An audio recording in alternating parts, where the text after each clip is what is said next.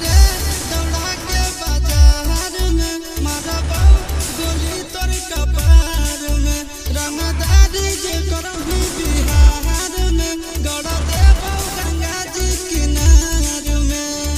इतना मार पड़तो ना बेटा बेटा रे दौड़ा के बाजार में मारबो गोली तोर कपार में रंगदारी जे करही बिहार में गड़ देबो गंगा जी किनार में। चिंटू आशीष के कारण सुनाबो बेटा सब गोली मारबो ताई एगो गिनबो तोरा बाप के न तोरा दादा के चिन्हबो बेटा सब गोली मारबो ताई एगो गिनबो। मारत पिछुआरा लाल कर दे।